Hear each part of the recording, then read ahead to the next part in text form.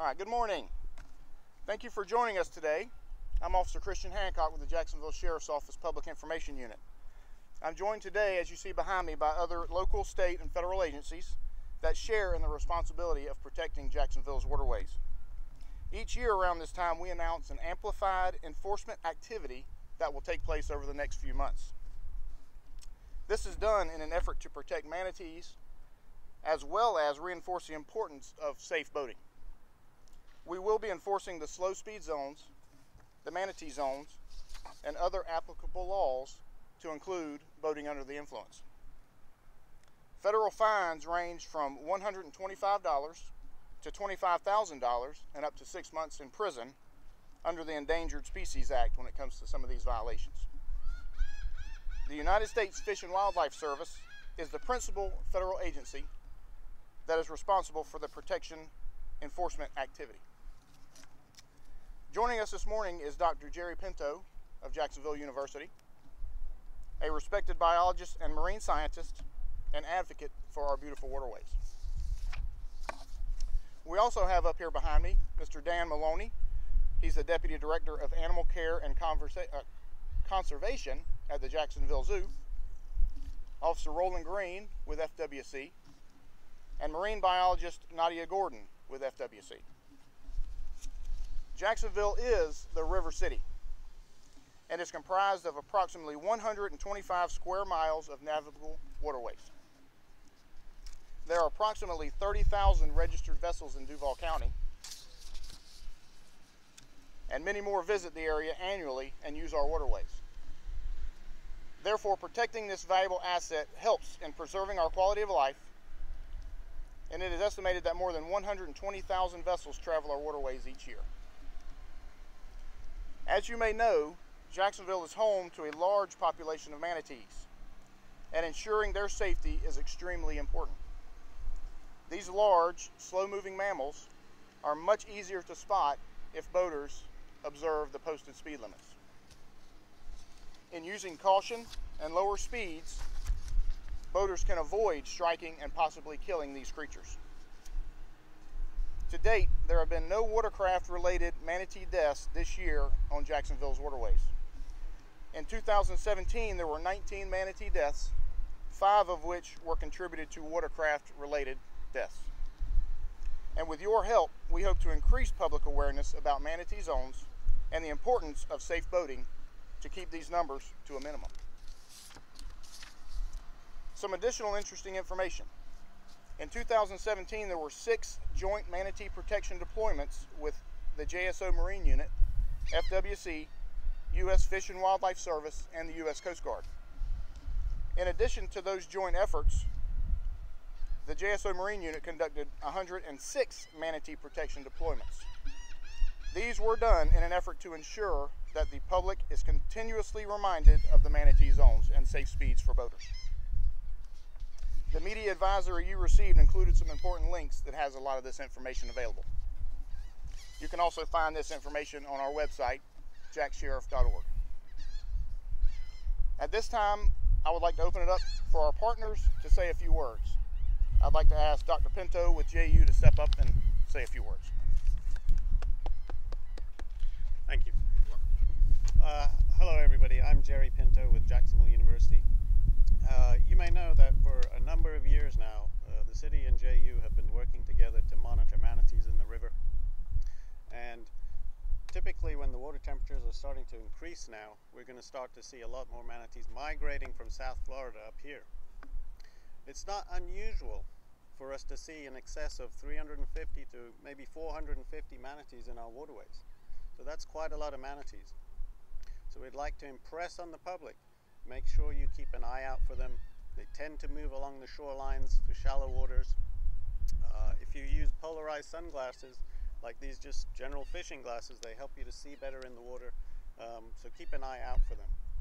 Follow the speed zones. It's important to read those signs and understand what they mean. You'll hear that reiterated a few times today. Another important thing that I'd like to impress upon the public is please don't feed or water manatees. When you interact with manatees that way, you change their natural behavior. And when you do that, you reduce their ability to survive as wild animals. Let's keep them wild. Thank you very much. Thank you, Doctor. I would now like to ask Mr. Dan Maloney of the Jacksonville Zoo to step up and say a few words. Good morning, everyone. We at the Jacksonville Zoo and Gardens have been involved in manatee response and marine mammal response for more than a decade. We're proud to have a field lab of FWC living on our grounds, and we supply the trained person power to help FWC, who has the authority and the equipment to rescue manatees. And just over a year ago, we opened our Manatee Critical Care Center, and we're proud that we have now the opportunity to treat on grounds those animals that are either injured or sick or orphaned. We'd rather not. We'd rather have an empty critical care center if it's possible. We'd like people to be respectful of the manatees in the water.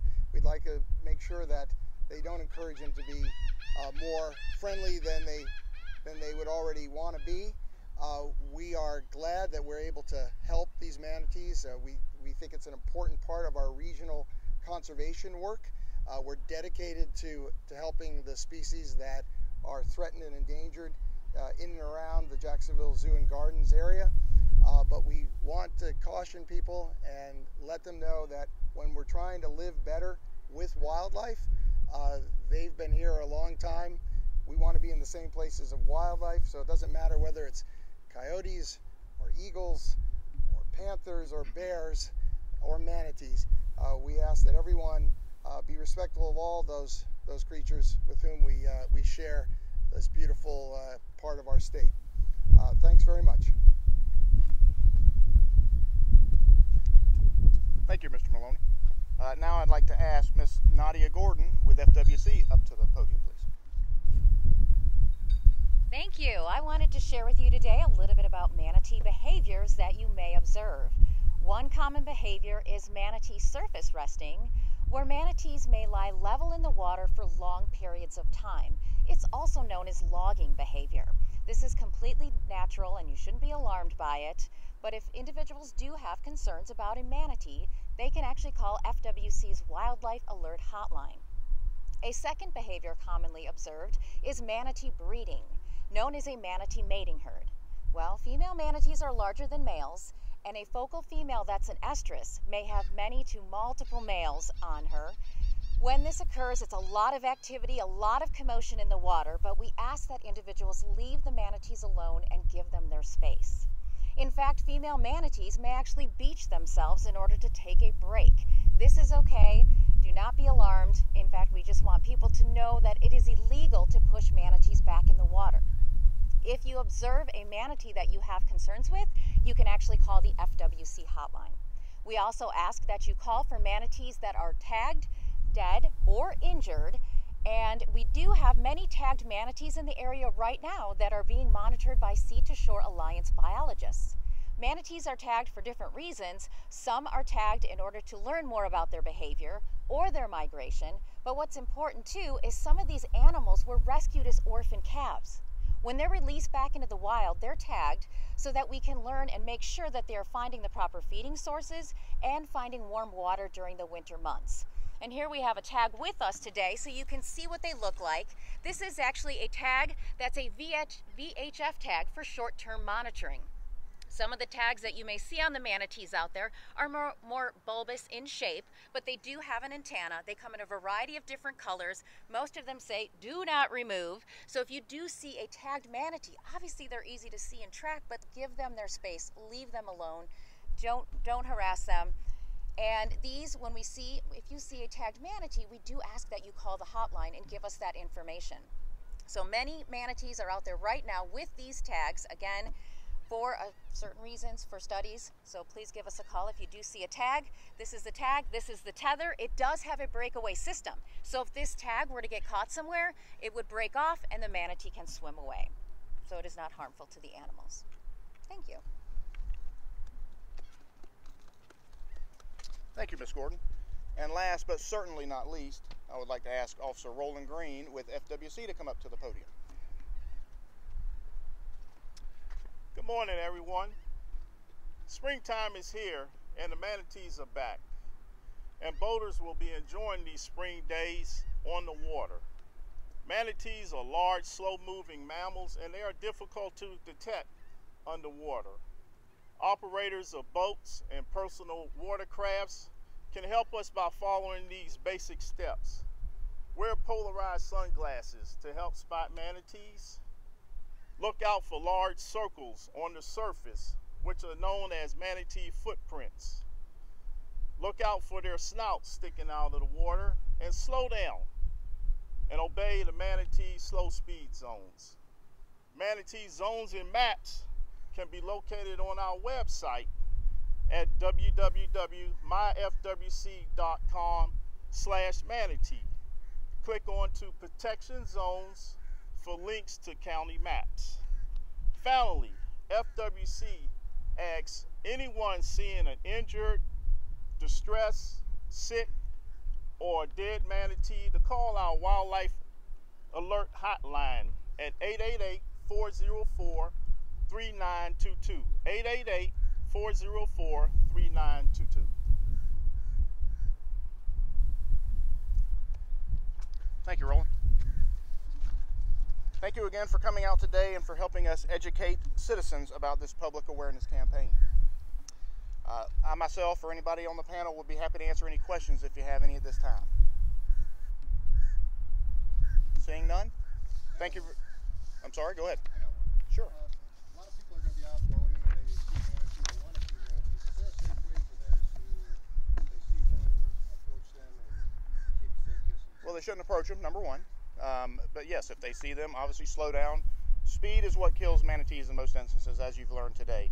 The speed and the visibility of them is difficult. The slower the speed, the polarized sunglasses, you can see them. We ask that you steer clear of them when you do see them and let them mind their own business and you mind your own.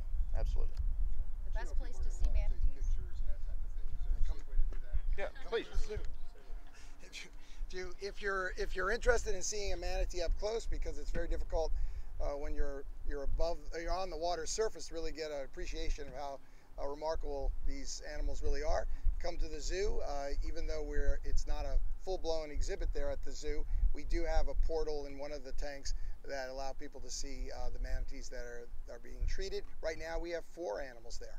2 had been animals that are fairly young that were recovered, and they're going to be with us probably for the better part of a year, and 2 of them were caught very locally, one near St. Nicholas and another one at Volano Beach, and both of those big males came in cold stressed. So we hope they recover pretty quickly and we can get them back out on the water very soon. Thanks. Thank you, Dan. Again, if there are no further questions, thank you for coming out. Thank you for spreading the word, and have a great day.